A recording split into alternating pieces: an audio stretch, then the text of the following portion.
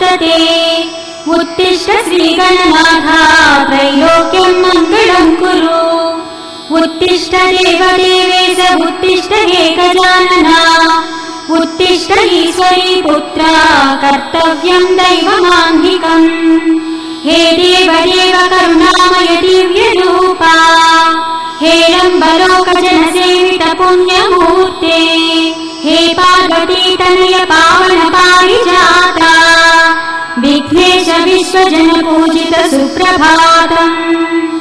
लम्बोदराखिलमणीय कथाकलापा हे विघ्ननाथ सुजनावन भक्तकोशा हे लोकपाल सुमसेवित पादयुग्मा विघ्नेश विश्वजन पूजित सुप्रभातम्। आनन्दरूपा अरुणोदय कान्तियुक्ता व्यासादि दिव्यमुनि पूजित नव्यपादा ब्रह्मादिदेव गणवन्दित वेदमूर्ते विघ्नेश विश्वजन पूजित सुप्रभातम्।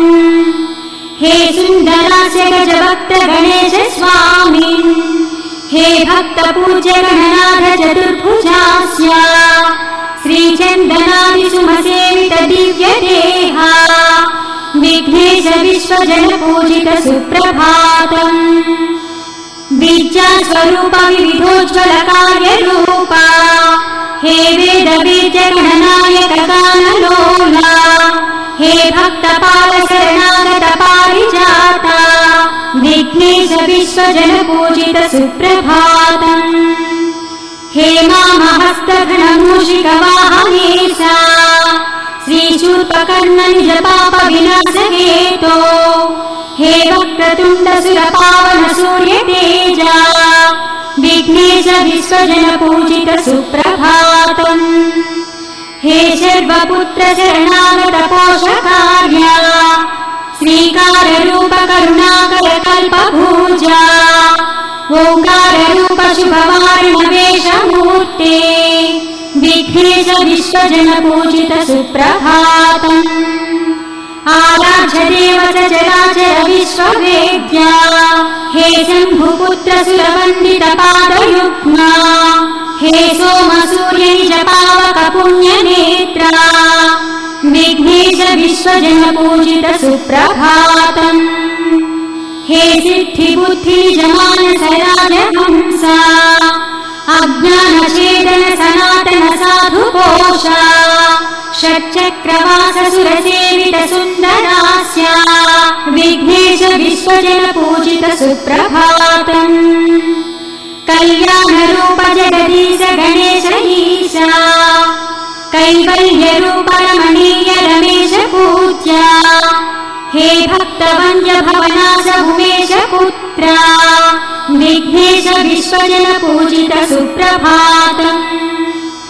हे सत्त्वदेहयति लोक सुपूज्य मूर्ते हे दिव्य देह महनीय गणाग्रगण्या हे विघ्नराज गणनीय सुरेश ईशा विघ्नेश विश्वजन पूजित सुप्रभातम्।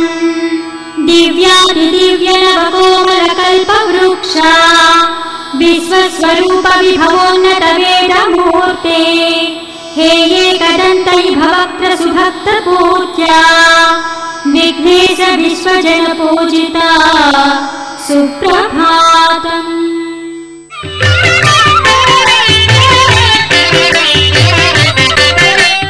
श्रुतिस्मृतिपुराणानाम् आलयं करुणालयं नमामि भगवत्पादशङ्करं लोकशङ्करम्।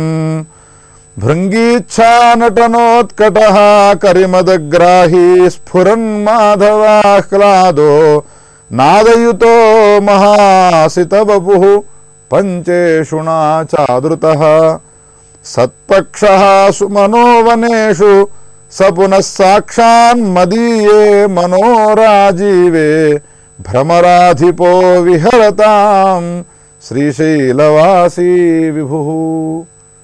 జగద్గురు శ్రీ శంకరాచార్యుల వారు శివునికి సంబంధించినటువంటి అపార మహిమను వర్ణించేటువంటి శివానందలహరి స్తోత్రంలో మల్లికార్జునికి సంబంధించినటువంటి మహిమను వర్ణించినారు. మనం లోగడ చెప్పుకున్నాము, శంకరాచార్యుల వారు మల్లికార్జుని యొక్క దర్శనము చేసుకున్న తర్వాత వారి హృదయంలో కలిగినటువంటి శివునికి సంబంధించినటువంటి ఏ ఉప్పొంగు గలదో అదే శివానందలహరిగా ప్రవహించినది అని. చంద్రసేన మహారాజు గారు సంతానాన్ని కన్నాడు. ఒక కూతురు ఆయనకు కలిగినది. సౌందర్యవతి అయినటువంటి ఆ కూతురు పైన మమకారాన్ని పెంచుకున్నాడు, ప్రేమను పెంచుకున్నాడు. ఆ ప్రేమ శృంగారమయమైనటువంటి ప్రేమ అయినది. ఈ విషయం కూతురు తెలుసుకున్న తర్వాత తండ్రి విషయంలో ఈసడించుకున్నటువంటిది తన శరీరం పైన తనకు ఏవగింపు కలిగి సర్వాన్ని వదిలిపెట్టి ఈ శ్రీశైల క్షేత్రానికి వచ్చి శివుని గురించి ఉపాసన చేసినది. శంకరుడు ప్రత్యక్షమైనాడు.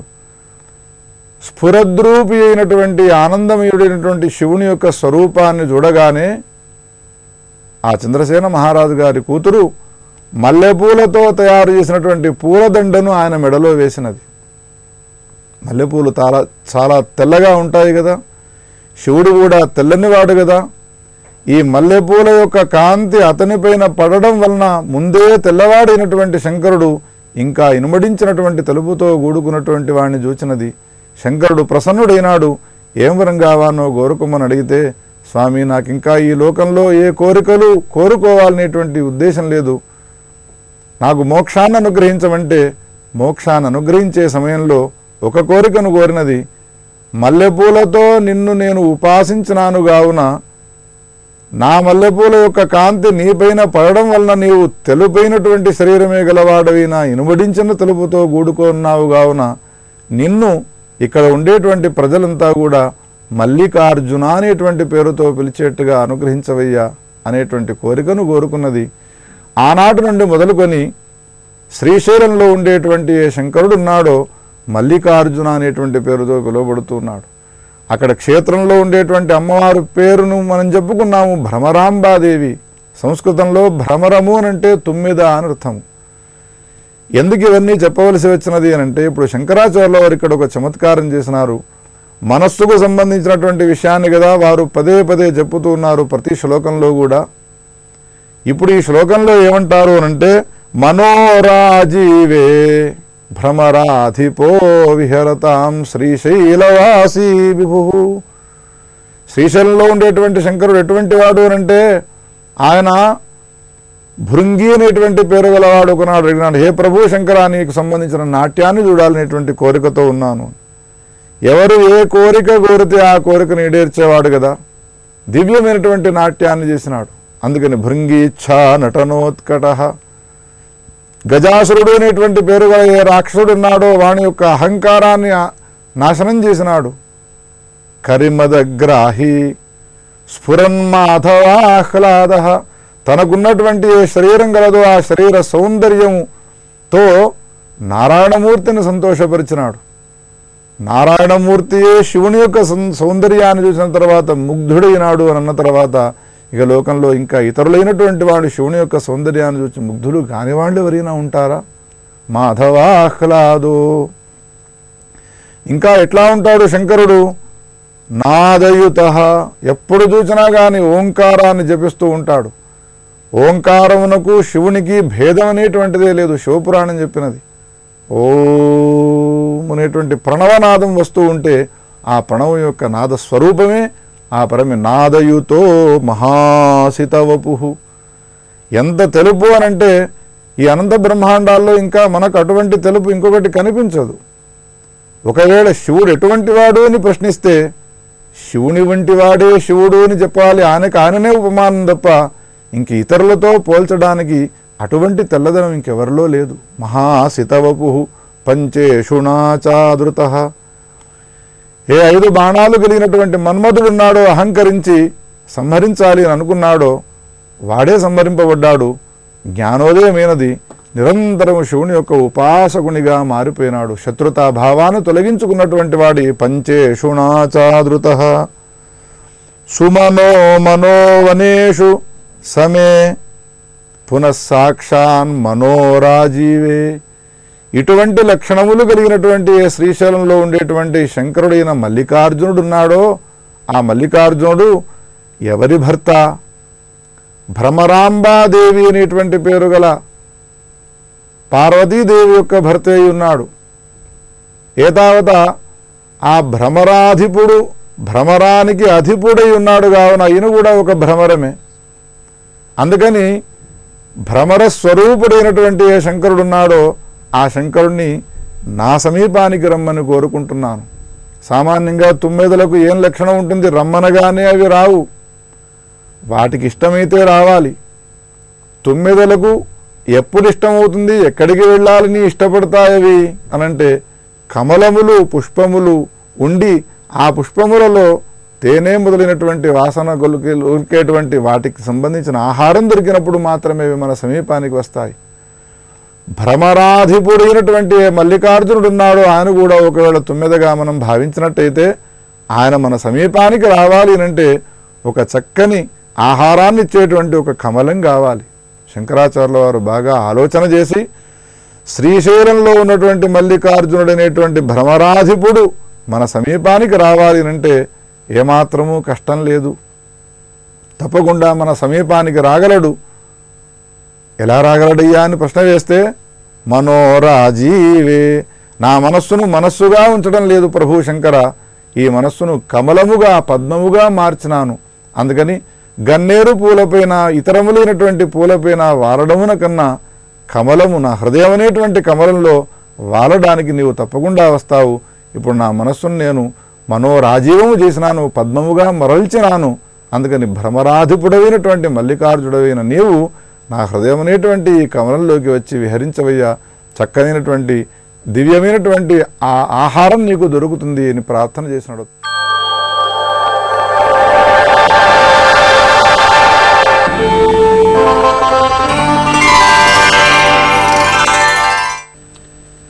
యూతం అయిపోయింది.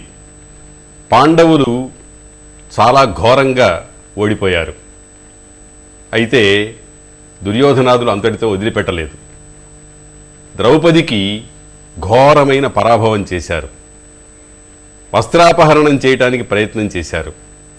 ఆమెను సభలోకి ఈడ్చుకొచ్చారు. నేను రజస్వలను అని మొత్తుకుంటున్నది. అయినా వాళ్ళు ఉపేక్షించలేదు. నేను ధర్మంగా గెలువబడ్డానా అధర్మంగా గెలువబడ్డానా అని అడిగింది. దాన్ని కూడా వాళ్ళెవరూ పట్టించుకోలేదు. నీ ప్రశ్నకు సమాధానం సభలో ఉన్నవాళ్లే చెబుతారులే రా అని బలాత్కారంగా తీసుకొచ్చారు. దుశ్శాసనుడు వస్త్రాపహరణం చేయటం ప్రారంభించినాడు. అయితే ఆ సభలో భీష్ముడు సర్వధర్మవేత్త, కారణజన్ముడు, త్యాగైకధని, ధర్మాధర్మాలన్నీ చక్కగా తెలిసినటువంటి వాడు ఆయన ఉన్నాడు. ద్రోణాచార్యుడు గురువు, కృపాచార్యుడు మరి అతనొక గురువు. ద్రోణాచార్యుని కుమారుడు అశ్వత్థామ, అతడు అన్నీ తెలిసినటువంటి వాడు. ఇంతమంది మహానుభావులు ఇంత ఘోరంగా నిండు సభలో ఒకానొక స్త్రీకి అవమానం జరుగుతూ ఉంటే కాదనలేదే, వారించలేదే, ఏమిటయ్యా ఇది అని అడగలేదే. ఏదైనా బజార్లో ఒక స్త్రీని ఎవడైనా అవమానిస్తూ ఉంటే పసిపిల్లవాడు కూడా ఇదేమిటి అని అంటాడు. ధర్మాధర్మాలు తెలియనివాడు కూడా ఈ ఘోరమైన అన్యాయం ఏమిటి అని అడుగుతాడు. మరి భీష్మద్రోణాదులు ఎందుకు ఉపేక్షించారు? దీని వెనకాల ఏదైనా ఒక అంతరార్థం ఉందా, లేకపోతే అశక్తతయా, ఇది ఇంకేమైనా కారణం ఉందా అనేటువంటి విషయాన్ని మనం జాగ్రత్తగా ఆలోచించాలి. రాజసభలో అధికారం ఉన్నటువంటి వాని సభలో అధికారం లేనటువంటి వాడు విజృంభించకూడదు. అది ధర్మం. ధర్మం చెబుతాం, ధర్మ సూక్ష్మాలు చెబుతాం, కానీ అడిగితే చెప్పటం మాత్రమే ధర్మాత్ముని యొక్క ధర్మం. అయితే మరి ఇంత ఘోరం జరుగుతూ ఉంటే దక్షులు ఎవ్వారలు ఉపేక్ష చేసిరి అది వారల చేటకు గాని అని అన్నాడే. మరి దాని సంగతి ఏమిటి అని అంటే నిజంగా కృష్ణుడు భీష్మద్రోణుల్ని ఉద్దేశించే ఆ మాట అన్నాడు. వాళ్ళు తత్కాలంలో ఏదో ఒక రకమైనటువంటి నెపాన్ని దృష్టిలో పెట్టుకొని మూఢులైపోయి దానికి ప్రతిఘటించడానికి పూనుకోలే. అయితే అది తప్పు కాదా అనంటే తప్పే. కానీ ఇక్కడ మనం ఆలోచించవలసిన విషయం కూడా ఉంది. అయిపోయింది, కావలసినటువంటి అనర్థం అంతా జరిగిపోయింది. ఇప్పుడు ధర్మమో అధర్మమో చెప్పి ఏం ప్రయోజనం? అందుకనే భీష్ముడు చాలా చక్కగా ఒక చిన్న సూచన మాట అన్నాడు. ఇది మనం చాలా జాగ్రత్తగా ఆలోచించాలి. అతని కడుపులో మంట ఎంత ఘోరంగా ఉందో ఆలోచించడానికి ఈ మాట మనకు సహకరిస్తుంది. నేను ధర్మ విజితనా అధర్మ విజితనా మీరంతా చెప్పండి, పెద్దలంతా ఉన్నారు అని ఆక్రోశించింది ద్రౌపది. అప్పుడు భీష్ముడు తెలుగు భారతం ప్రకారంగా ఒక మాట అన్నాడు. అవ్వా, నీ ప్రశ్నంబునకు సదుత్తరంబై యుధిష్ఠిరుండయ్యగలవాడు అన్నాడు. అంటే ధర్మరాజు అనే మాట ఉంది, కుంతీతనయుడు అనే మాట ఉంది, పాండురాజుని యొక్క కుమారుడు అనే మాట ఉంది, యుధిష్ఠిరుడు అన్నాడు భీష్ముడు. అంటే ఆయన ఉద్దేశ్యం ఏమిటంటే, ఇంత మహాపాపం చేసిన వ్యక్తుల్ని డొక్కజించి డోలు కట్టాలి కానీ ధర్మమా ధర్మమా అని తెలిస్తే అవమానం ఎక్కడికి పోతుందమ్మా అన్న స్ఫూర్తి అందులో మనకు కనిపిస్తోంది.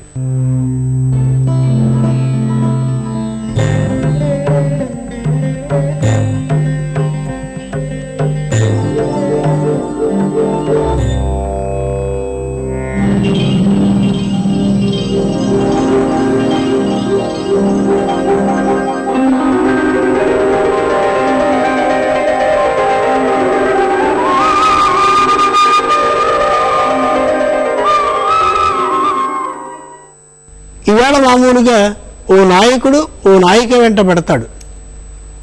ఆవిడ ఒప్పుకుందా ఇబ్బంది లేదు. లేని పక్షంలో ఇక ఈ నాయకుడే ఆవిడికి తీరని ప్రతీకార దృష్టితో ఉండి చెయ్యరాని ఘోరాలను చేయడం చూపిస్తూ ఉంటాడు. ఈ ఆలోచన శ్రీమద్ రామాయణంలో చెప్పబడి ఉంది. అది సరికానిది అని చెప్పబడి ఉంది. కుశనాభుడు ఘృతాచి అనే ఆమెని వివాహం చేసుకున్నాడు. 9 ఆడపిల్లలని, అందమైన వాళ్ళని కన్నాడు.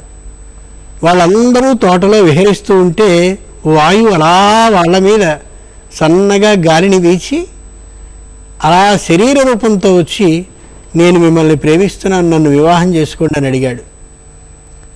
యస్య దాస్యతి పితా సనో భర్త భవిష్యతి. మేం తండ్రి చాటు పిల్లలం, మా నాన్న ఎవరికిచ్చి వివాహం చేస్తే వాళ్ళకి భార్యలం అవుతాం, అంచేత నువ్వు మా నాన్నను అడుగు అన్నారు 100 మంది ఒకే మాటగా. కోపం వచ్చింది వాయువుకి. మీ నాన్నను అడిగితే ఒప్పుకోడు, నేను మిమ్మల్ని అడుగుతూ ఉంటే మీ నాన్న ఎందుకు మన పెళ్ళికి అన్నాడు. అవి మాకు తెలియవు, అక్కడికి వెళ్ళి అడుగు.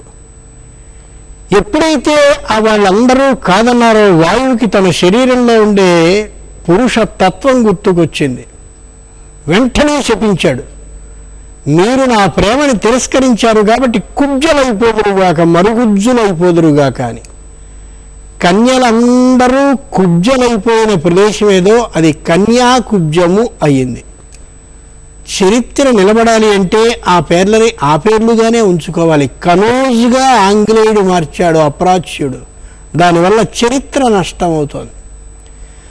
సరే, ఇక్కడ ఆలోచించవలసిన రహస్యం ఉంది. వెంటనే పిల్లలందరూ నాన్నతో ఏడుస్తూ వెళ్ళి చెప్పారు, మేము మరుగుజ్జులయ్యాము, అందం లేకుండా పోయామని. ఆయన అన్నాడు, క్షమాయజ్ఞం క్షమా సత్యం హి పుత్రికా. అమ్మా, పురుషుడి విషయంలో స్త్రీలు కాస్త ఓర్పుతో ఉండవలసిందే, లేని పక్షంలో ఇబ్బంది వస్తుంది. మీకు మంచి జరుగుతుంది, కొద్ది ఓపిక పట్టండి అన్నాడు తండ్రిగా ఆడపిల్లలందరితో. తర్వాతకి బ్రహ్మదత్తుడైన ఆయన వచ్చాడు, వివాహం చేసుకున్నాడు. వాళ్ళ కుబ్జాత్వం పోయింది, చాలా ఆనందంగా ఉన్నారు. అది తరువాతి కథ. ముందు కథలోని రహస్యం ఆలోచిద్దాం. పురుషుడు స్త్రీ వెంట పడతాడు, లొంగిందా చాలా సంతోషిస్తాడు, లొంగని పక్షంలో ప్రతీకార బుద్ధితో ఉంటాడు. అక్కడి నుంచి ఆమెకు అతడు శత్రువు, అతడికి ఆమె మాత్రమే ప్రధాన శత్రువు. అంచేత స్త్రీ పురుషుడికి దూరంగా ఉండడం ఎప్పుడూ మంచిది. అతడికి నాకు స్నేహం మాత్రమే ఉంది, ఇది ప్రేమ కాదు, ఇది ప్రేమ మాత్రమే, ఏదేదో స్నేహం కాదు, వాటి కొత్త కొత్త చిత్రమైన మాటల్ని మాట్లాడుకుంటే చాలా ఇబ్బందులు వస్తాయి అని శ్రీమద్ రామాయణం చెప్తుంది. పురుషునిలో ఉండేటటువంటి లక్షణం ఏ వయస్సు వాడైనా సరే స్త్రీ తనతో సాన్నిహిత్యంతో మెలుగుతోంది అన్న తరువాత దురాలోచనతోనే ఉంటాడు తప్ప సదాలోచనతో ఉండడు. కాబట్టి స్త్రీ తనకు తాను జాగ్రత్త పడాలి, తనకు తాను పురుషుణ్ణి దూరంగా ఉంచాలి.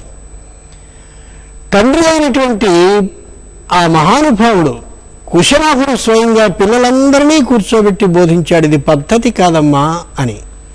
కాబట్టి మనందరం ఆడపిల్లల తల్లిదండ్రులమైనా లేదా మనకి సంబంధించిన ఇతర చుట్టాలకి సంబంధించినటువంటి పిల్లలున్నా వారందరికీ కూర్చోబెట్టి చెప్పాలి తప్ప స్త్రీలు పురుషులు ఒకటే లాంటివేవో మాట్లాడుకుంటే జీవితంలో కొన్ని ఇబ్బందులు లోకధర్మం ప్రకారం వచ్చే అవకాశం ఉంటుంది. కొద్ది సున్నితమైన విషయాన్ని జాగ్రత్తగా గమనించాలని లక్షల సంవత్సరాల క్రితం తెలియచేశాడు మహానుభావుడైన వాల్మీకి మహర్షి శ్రీమద్ రామాయణంలో. ఇది ఒక హెచ్చరిక.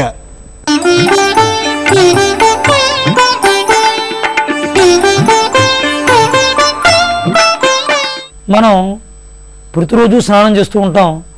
ప్రత్యేకంగా పూజలప్పుడు మరింత విశేషంగా స్నానం చేస్తూ ఉంటాం. స్నానాలు చాలా రకాలు.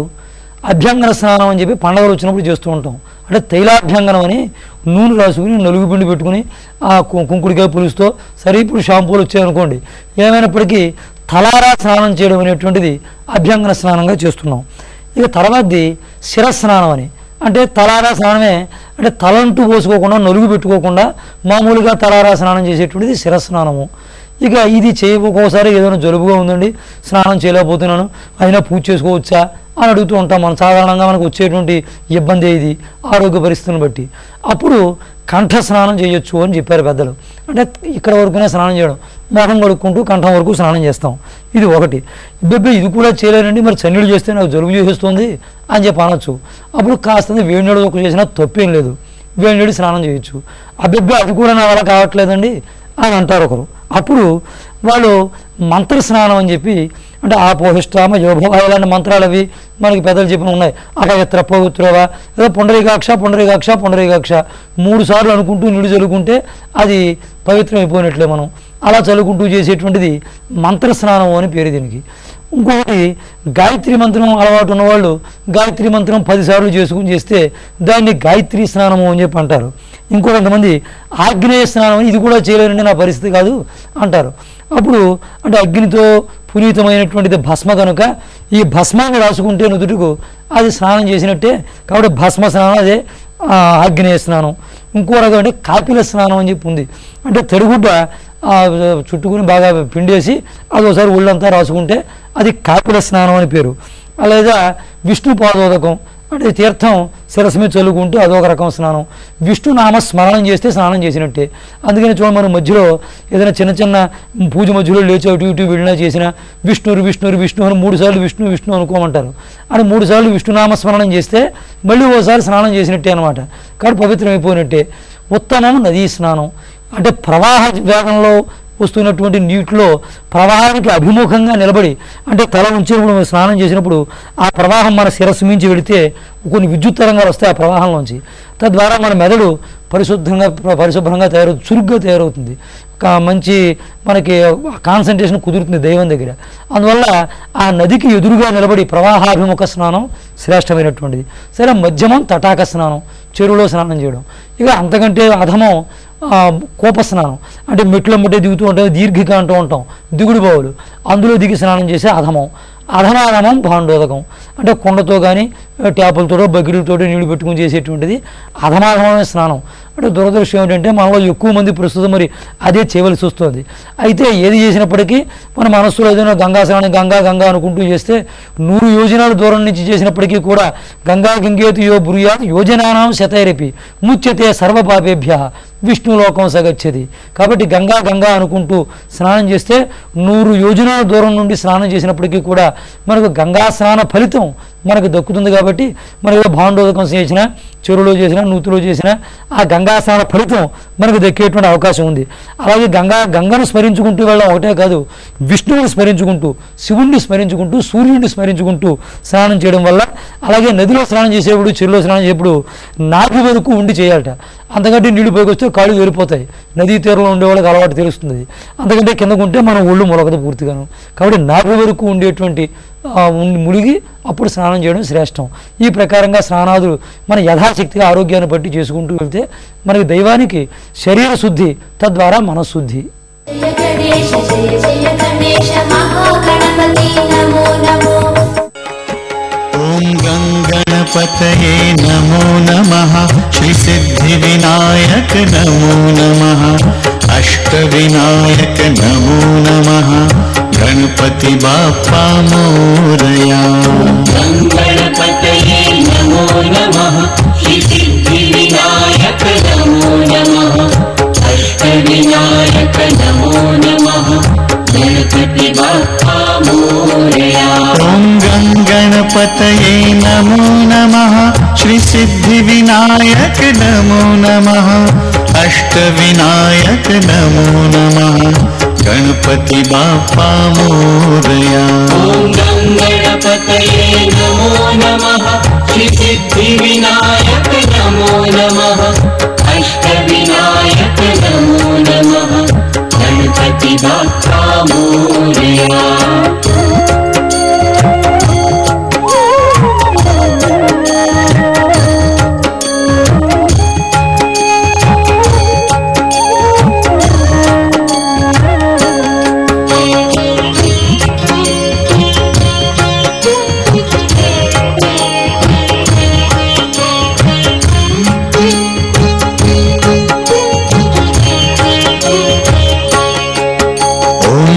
గణపతయే నమో నమః. శ్రీ సిద్ధి వినాయక నమో నమః. అష్ట వినాయక నమో నమః. గణపతి బాప్పా మోరయా. గణపతయే నమో నమః. శ్రీ సిద్ధి వినాయక నమో నమః. అష్ట వినాయక నమో నమః. గణపతి బాప్పా మోరయా. ఓం గంగణపతయే నమో నమః. శ్రీ సిద్ధి వినాయక నమో నమః. అష్ట వినాయక నమో నమః. గణపతి బాప్పా మోరయా. ఓం గణపతయే నమో నమః. శ్రీ సిద్ధి వినాయక నమో నమః. అష్ట వినాయక నమో నమః. గణపతి బాప్పా మోరయా.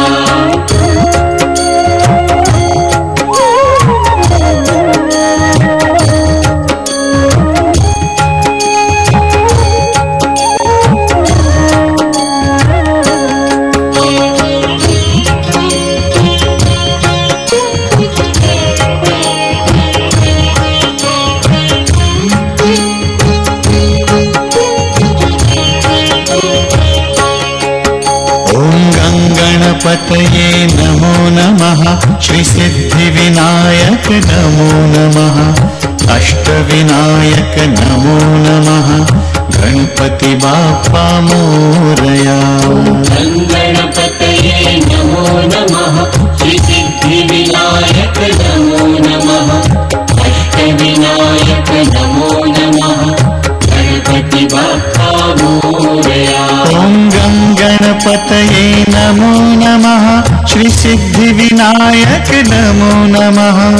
అష్ట వినాయక నమో నమః. గణపతి బాప్పా మోరయా.